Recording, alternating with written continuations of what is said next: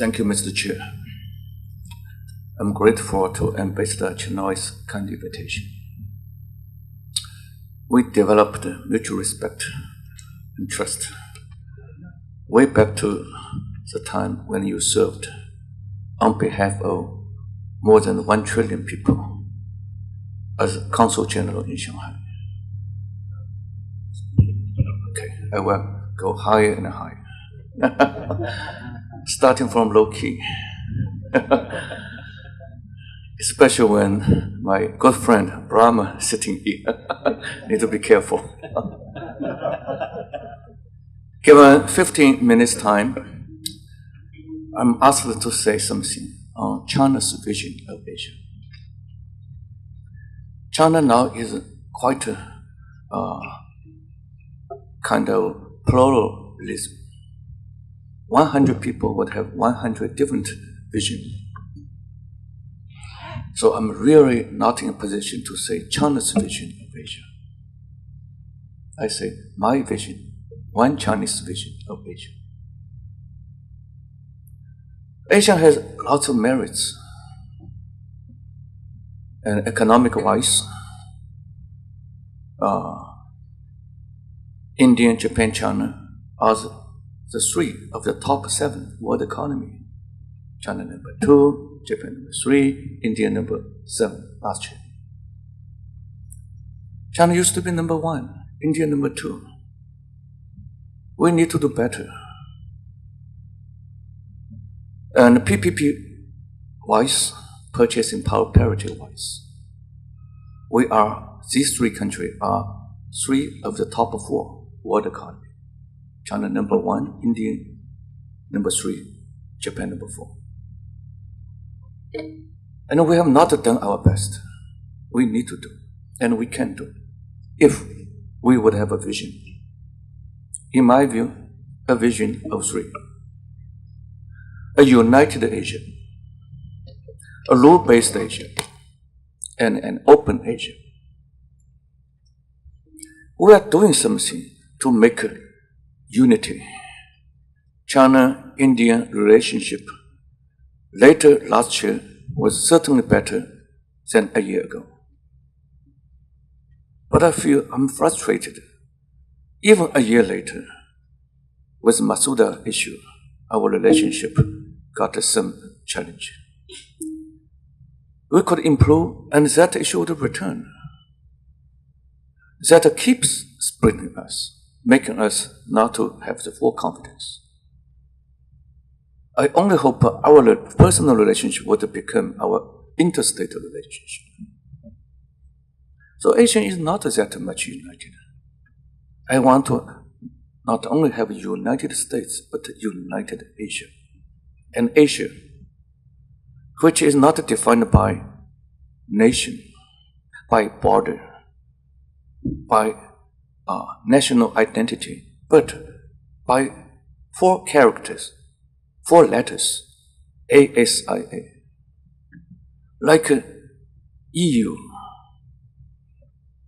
28 countries, 1 identity, 1 paper note. When you travel inside the system, no border, only some police, and they don't often appear. So Asia needs to be richer. So rich Asian would return to their own country after traveling to another country, and the poor Asian would not stay illegally in a richer Asian country like Japan. Asia needs to do better. Until that day, we are economically divided. And we are politically divided. Some think my democracy is better than your dictatorship. Could we develop a little more sympathy and tolerance with each other? We used to be colonized by Britain or semi-colonized by Britain. And you won your independence, we won our independence. And we don't know how to use sovereignty to protect us. And we revoke to history to protect us. And you revoke to certain history to protect yourself. Could we use sovereignty, but not to totally revoke resort to sovereignty to restore our relationship, which used not to be defined by sovereignty. In the past 1,000 years ago, we don't need to have sovereignty, and we have better relationship. International certainly protect us, but that international could sometimes hurt us. It was not designed by us, and as a designer even not often abide by the international. U.S. sells weapons to Taiwan. Nothing to do with international. And after the making of the Westphalia system, these European powers still keeping fighting with each other. They don't care sovereignty. I'm not saying we should not care sovereignty, but I'm saying we should work with various ways to build our unity. We're different Asian people, but we share the same commonness, one Asia. For this, we have a long way to go for economic common prosperity. Yesterday, I checked the data. I'm so happy. India is number 7 for GDP, for official exchange rate, and number 3 for PPP. I'm happy. But India has a lot more potential to develop. China can do why India cannot do. India merely maybe only 15 years behind of China. India is at 2004 China's level. That's not a long distance. Lots of China's successful experience can be shared, and China has a lot to be humble to learn from Japan and India. I think for the next 50 years, China needs to learn Japan. How they build, how they manage the civility and the good governance. We are way behind ourselves. This said, I would mention my second point, a rule-based nation. Why we want to have unity, we cannot achieve unity. Because all these 3 countries I mentioned, but we have more Asian powers than the 3. They all think they are great. They all have their history. Japan's history is that it took Diaoyu Island Senkaku as early as 1895. And America reverted it to Japan. What kind of history? 1972? What kind of history? 1895. And we have a history. Hopi Han, 900 years ago.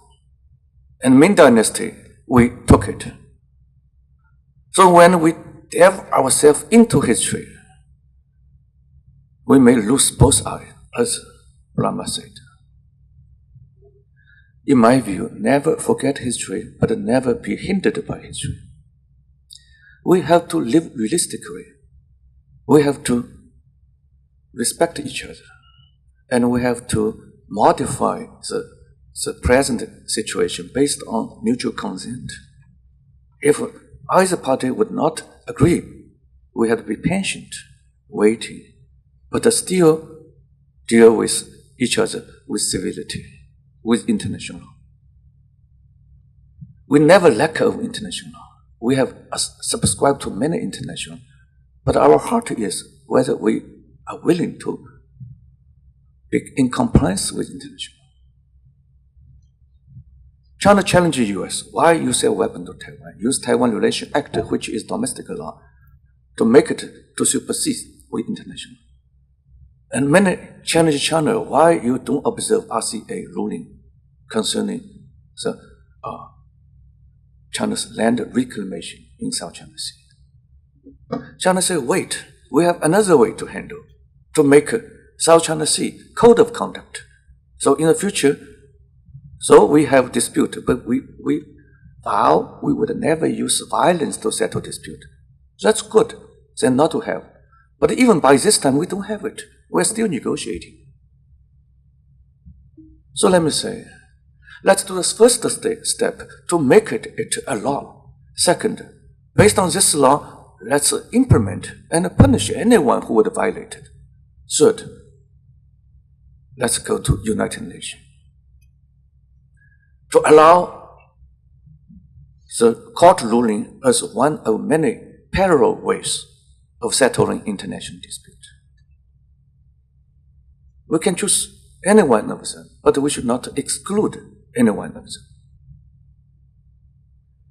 And we may lose, but we may gain more.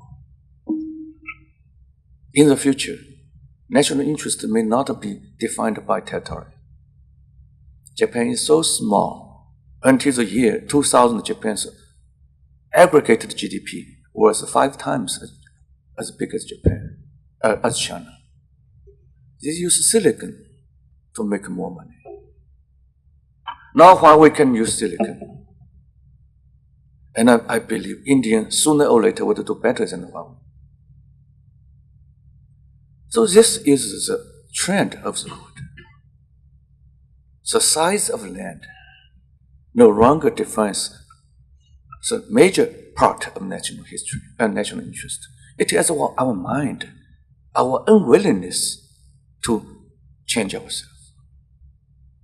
We can go to moon, we can go to Mars, and when we hit by extra terrestrial threat, we need to have unity. Who should unite us? America? Welcome. Then I will come to my last point. Asia should be opened. Yes, India was hurt by Britain. China was hurt by Japan.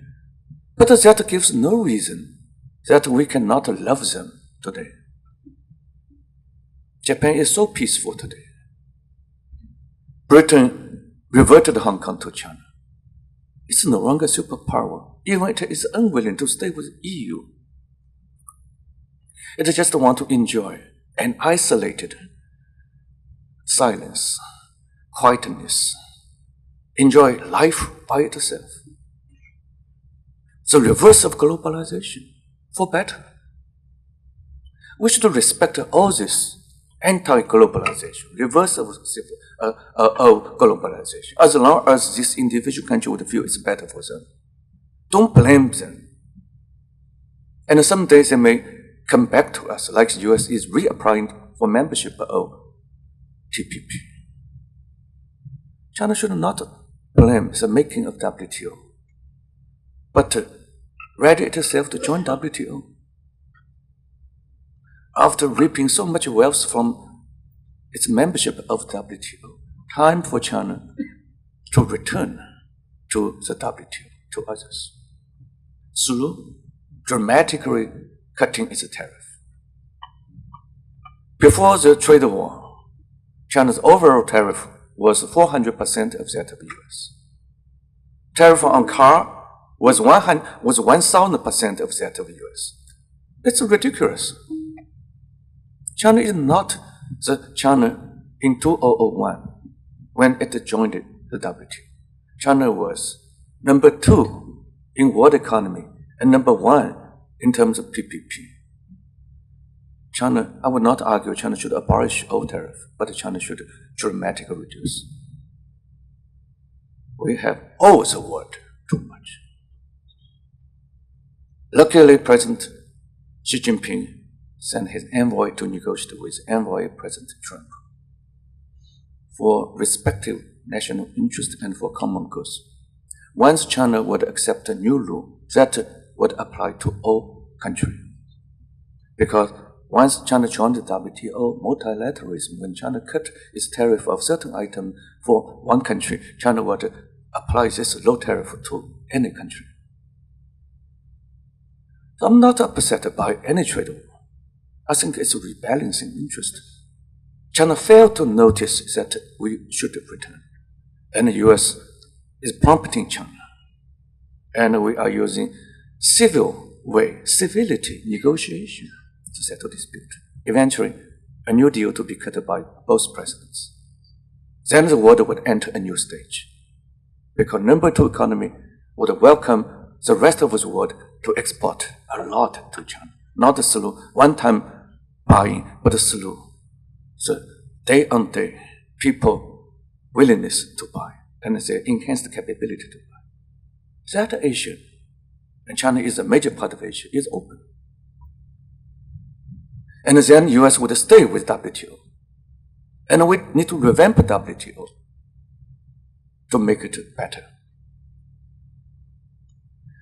It would be unforeseeable China would not play an important role for my envisioned Asia. But it would be ridiculous that China would be the sole leader for a future Asia. India. When I come to Museum of India, I'm amazed. India has a civilization of 8,000 years. And we only have 5,000 years, which means we are your student. China needs to be a lot humble. Whenever we see Indian people, we are your student. And we imported Buddhism from you, not you imported from us. And you are only 15 years behind of China in terms of aggregated GDP. But to make a doubling economy every 4 years for 3 times is really a challenge. And India may not be able to do it. And China is taking the pain of such a crazy development by breathing poisonous air. And you should not repeat our mistake. Don't admire China's unnecessary fake wealth. We need to admire you have not done that much damage yet. We need to tap Japan's leadership, China's leadership, and India's leadership, co-leadership, a council of leadership. I would not say it should be rotational, but it should be based on consultation. So EU could enlighten us a lot. OSCE can have its Asian version. It may be SICA, Conference on Interaction and Cooperation in Asia, or even advanced edition. Europe has done a lot. We need to learn. By learning, by opening to Europe, to America, they used to hurt us, but they can help us these days. Thank you very much.